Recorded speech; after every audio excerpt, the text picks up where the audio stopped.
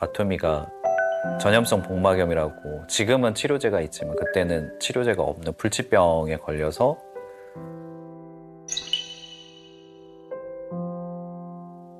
이제 제가 마지막에 안락사를 하는 상황까지.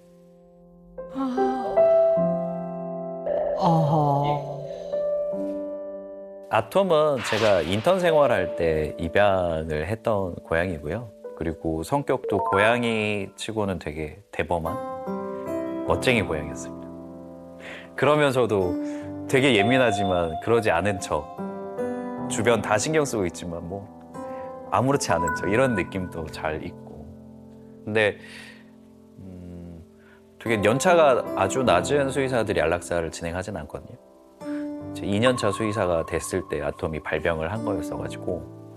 근데 이제 저희 집 고양이이다 보니까 이제 근데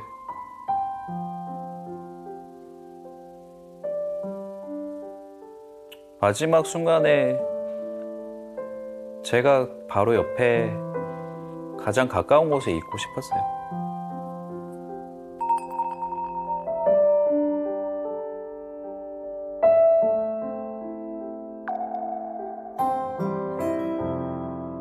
그런 순간은 다시 경험하고 싶진 않습니다. 죄책감이 제일 큰 것 같아요. 그러니까 죄책감이 크다는 게 하필이면 제가 가장 바쁘고 바쁠 때. 시간을 낼 수 없을 때 저와 살게 되면서 가장 활발하게 많이 뛰어놀 수 있고 보호자랑 시간을 많이 보낼 수 있는 그런 신나는 시간을 너무 낭비시킨 것 같고 저랑 살던 그 시간과 공간이 아톰에게 적절하지 않았기 때문에 그래서 어떤 그런 스트레스 요인 때문에 어떤 면역력적인 부분이 좀 안 좋아서 더 이런 게 발현이 됐나? 나의 책임 때문에 내가 잘못했기 때문에 이 아토미가 아팠구나라고 느끼게 되는 거. 아이 상태가 이제 더 이상 뭐 좋아질 여지는 너무 없는 상태가 됐고 이제 뭐 호흡 자체도 되게 힘들어지는 그런 상황이 돼서 근데 되게 기운이 없는 상태에서도 이렇게 빤히 이렇게 아이 컨택을 하니까 너무 호흡은 안 좋지만 마지막까지 고민을 되게 많이 했어요.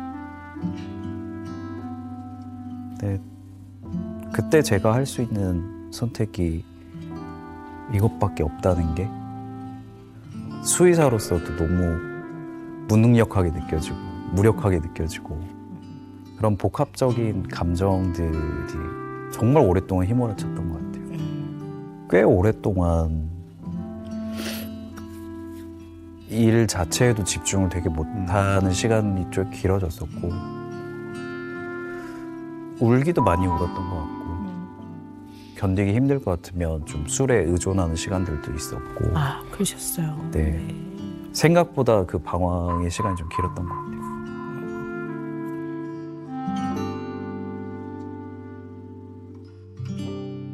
근데 이제 지금부터 말씀드리는 건 조금 냉정하게 들릴 수도 있을 것 같은데 지금 이제 어떠한 그 궁금증이 생기냐 하면 어차피 우리 동물은 인간을 포함해서 천년만년 무병장수할 수가 없단 말이에요. 너무 아쉽죠. 물론 아쉽고 그런데 굉장한 미안함과 죄책감이 있는 것 같단 말이에요. 이게 어디서부터 온 걸까라는 생각을 좀 계속하면서 듣는데 선생님의 표현을 쭉 들어보면 아이를 잘 보살피지 못했다, 케어하지 못했다라는 거, 그 다음에 아이를 프로텍트, 보호하지 못했다라는 죄책감이 있는 것 같거든요. 요 두 가지 어떤 키워드에 선생님이 굉장히 딱 걸리는 것 같아요. 네. 그 부분에 대해서 조금 민감한 것 같아요, 항상. 네네. 그런 상황이 됐을 때 네네. 강하게 저를 움직이는 어떤 원동력이 되는 부분도 있는 것 같고 어머니가 저 학교 다닐 때 1등을 못하면 정말 혼이 많이 났었거든요. 그래서 등수를 이제 항상 시험이 끝나고 등수를 이렇게 보면서 이렇게 진짜 이렇게 맨날 봤거든요. 그래서 만약에 이제 숫자가 2가 이렇게 뜨면 거의 이제 도축장 끌려가는 소마냥 이렇게 울적해져가지고 집에 가고 2등 하고 집에 가면 매 맞은 적도 꽤 많았어요.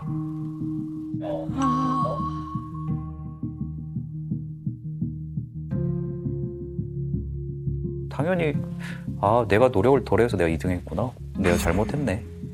지금도 이 이야기를 하면서도 반항심보다 그게 더 익숙하게 느껴지는 게 되게 체화가 많이 돼 있는 것 같아요. 아버지는 좀 더 종교적인 부분에 완전히 삶의 포커스가 맞춰져 있는 분이라서 저에 대해서는 큰 관심은 없으셨던 분. 마음에 비수가 박힌 일이 하나 있어요. 그러니까 초등학교 한 1학년 때 싸우고 울면서 집에 돌아가던 날이 있었거든요. 근데 우연히 아버지를 길에서 마주쳤고 제가 기대했던 거는 아버지가 좀 다독여준다거나 내 편을 들어준다거나 이런 걸 기대했었던 건데 돌아왔던 대답은 하나님을 믿는 사람이 친구랑 왜 싸워? 되게 혼을 내시더라고요. 그래서 정말 그게 서러웠었고 그때 되게 심하게 많이 울었었거든요. 그게 어렸을 때 제가 느끼는 아버지에 대한 감정을 가장 대변하는 특징적인 상황이지 않았나. 아버님은 정말 신앙심을 기반으로 사시는 분이시기 때문에 제가 느끼기에는 이해 안 되는 부분이 훨씬 많은 분. 예를 들면요? 뭐 상처가 된다거나 뭐 이를테면 뭐 친구들이 생일 파티를 해서 초대를 해도 뭐 이 종교 자체는 생일을 지키지 않는 뭐 그런 것 때문에 항상 친구들한테 나는 종교적인 것 때문에 생일 파티에 갈 수 없어. 하지만 뭐 저는 제가 뭐 초등학생인데 생일 파티 가서 맛있는 거 먹고 친구랑 노는 게 좋지. 그런 신념은 저는 없으니까 부모님의 신념인데. 근데 그게 거의 모든 일상생활의 기반이었던 것 같아요. 그래서 힘들었었죠. 뭐 너무 쉽게 표현할 의도는 절대 없습니다만 종교적 강요라고 보는 게 맞는 것 같아요. 그러면 미성년자 시기에 이걸 어떻게 여기서부터 벗어나고 여기에 대응을 할 수 있겠습니까? 그냥 자식이 싫다라고 하는 거를 정당하게 수용하지 않았기 때문에 그 경험이 많지 않을 거라고 보거든요. 20살 무렵까지는 싫다는 표현도 거의 안 했던 것 같아요. 표현을 하는 것 자체가 잘못이라고 이미 생각을 했기 때문에 그렇죠. 이제 다 지나고 나서 말씀드렸을 때는 전혀 몰랐다. 지금은 이제 종교적인 부분 좀 자유로워지셨습니까? 25살 됐을 때 온전히 선언을 하고 그러면서 이제 완전히 다른 노선을 걷게 돼서 오히려 그 이후부터는 좀 더 많이 편해진 거는 있죠. 아버지가 어떤 부분에 있어서 되게 가정적이지 못하다 보니까 거기서 오는 어떤 채워지지 않는 걸 저한테 많이 기대를 하셨던 것 같아요. 그래서 1등을 하지 못했을 때는 되게 또 못했다고 체근을 하시고 이런 상황들이 있었거든요. 되게 이런 가정이 많아요. 그러니까 경제적으로는 어려워. 아버지는 경제활동을 잘 안 하시고 열심히 사셔. 근데 본인의 신념에 따라 열심히 사셔요. 그게 종교적이든 정치적이든 왜 그런 분 되게 많잖아요. 많죠. 네. 그러면 이제 생계를 이어가야 되니까 엄마가 이제 생활 전선에 뛰어드는데 그 어머니의 마음속에서는 보니까 이 아들이 똘똘해, 똑똑해, 공부도 됐다 잘해. 그러면 쉽게 말하면 성공 신화. 공부로 성공을 하면 좋은 대학에 가서 전문가가 되면 내지는 이제 좋은 뭐 직장에 취직을 하거나 그럼 연봉을 많이 받고 그럼 경제적으로 안정되고 우리가 좀 가난으로부터 좀 벗어날 수 있지 않을까. 그럼 틀림없이 얘는 행복할 거야. 이게 얘를 위하는 길이야라고 하면 어떨 땐 이게 선을 딱 넘으면 나중에 다 잊어버려지고 등수에 몰두하게 돼요. 그래서 예를 들어 전교 1등을 하다 전교 2등을 했어. 막 그것만도 대단한 건데 전교 2등을 하면 큰일이 난 거야. 그럼 이제 얘는 전교 1등을 하면 의대를 갈 수 있을 것 같은데 전교 3등을 해. 그럼 막 세상이 무너지는 거지. 물론 아들을 사랑하지만 이런 이제 많은 역동들이 얽혀서 결국 마지막에 딱 나오는 거는 넌 1등을 해야 돼.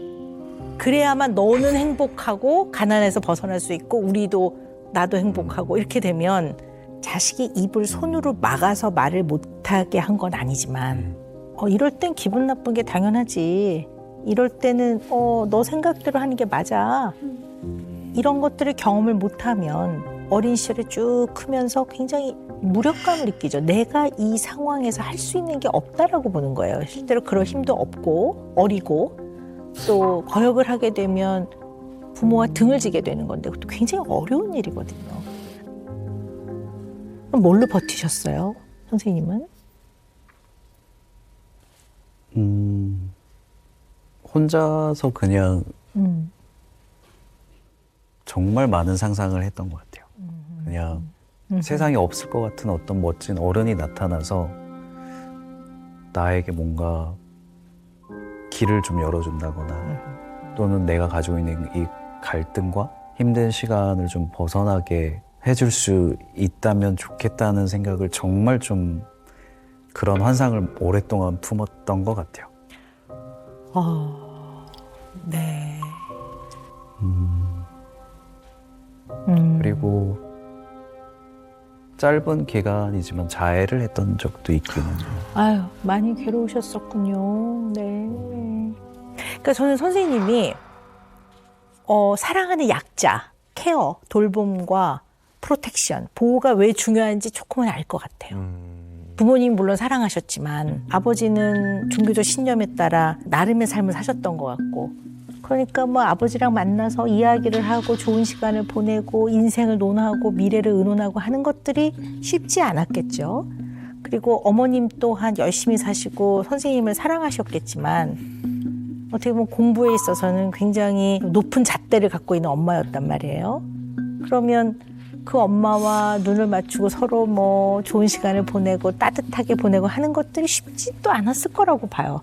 그러면 이 선생님의 마음 안에 깊고 따뜻한 보살핌 그리고 뭔가 보호가 필요할 때 누군가 생명이 있는 누군가가 생존을 하는 데 있어서 기본적인 보호라는 게 필요하거든요.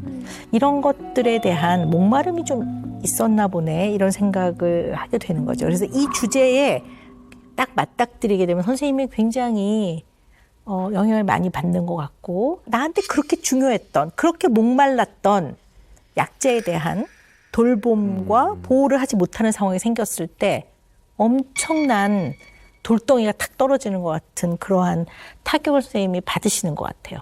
그러니까 특히 그 아톰은 더군다나 자식 같은 역할을 했던 고양인데 얘를 내가 충분히 돌보지 못했고 보호하지 못했다라는 것. 그러니까 이제 삶이 그냥 와다다다다 흔들리고 무너지는 그런 아픔을 경험하셨던 것 같아요.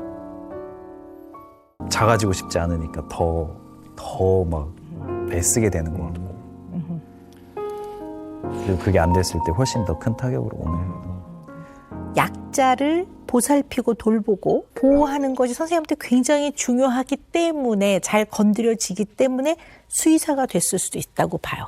왜냐하면 선생님이 하시는 일이 말 못하는 얘네들을 치료로 보살피고 얘네들을 보호하는 일을 하고 계시잖아요.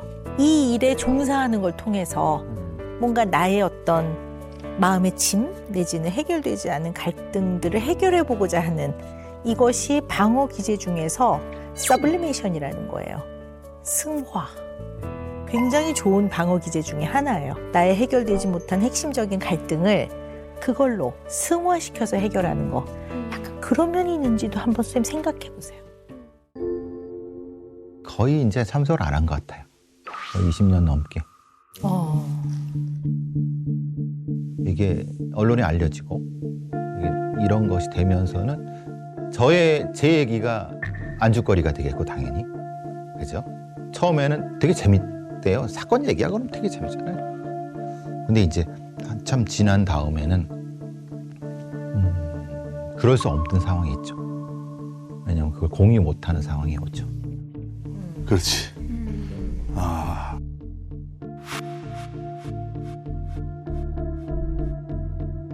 그래서 많이 축소돼요. 제가 축소시키지 않으려 해도, 그러니까 이미 그렇게 다른 사람들에 비해 좁아진 사람들 속에서 적응한 것 같아요. 근데 그래서 불행한가요? 그게 불행한 건가요?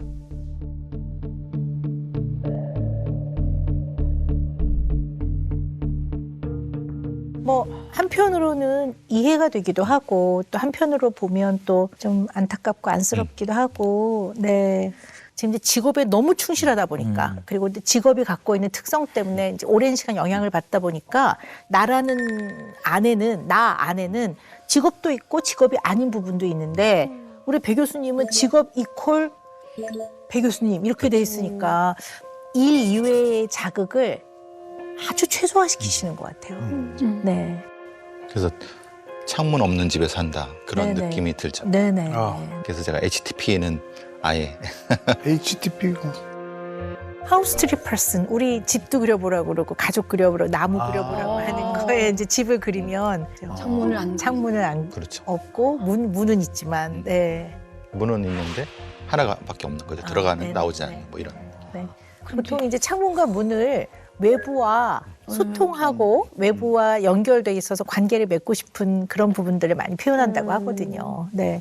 그러니까 덩그러니 그냥 혼자 계신 집에 가셔서 얘기를 나눌 사람도 없으니까 그냥 한 인간으로 보면 좀 외롭지 않으실까? 저는. 그렇죠. 그건 뭐 말씀하신 것처럼 네. 그런 부분들이 아무래도 이제 조금 나이가 40대쯤에는 그런 거 없이 막 정신없이 했는데 50대 넘어가니까 그렇죠. 외롭죠. 사실은 외로운 거죠. 예, 외로운 거의 감정을 뭉개버리고 사는 거죠. 사실은 제가 여기 넣었다고 하는 것처럼 그것에 대한 개념 규정을 안 하고 틀어버리는 그런 느낌이 있는 거죠. 이제 어떨 때 그 외로움이 아주 이렇게 절실하게 느껴지세요? 보통은 이제 어머니를 오랜만에 했을 때 어머니 뵈면은 이제 그 말씀을 이제 1절부터 4절까지 하시죠. 늘 하시는 말씀 쭉 하시죠. 이제 그 4절 끝날 때쯤에 현타가 오죠. 근데 그 왜 그랬는지 모르겠는데 저랑 같이 일을 시작했던 16명 애들이 있는데 하나같이 다 혼자 사네요. 그리고 혼자 사네요. 그리고 결혼한 애들도 이혼을 한 애들이 많네요. 아유. 생각해 보니까. 어머. 그리고 결혼 애들도 있죠. 근데 이제 그래서 희한하게 그렇게 되더라고요. 그래서 뭔가 있는 것 같아요. 저도 모르겠지만.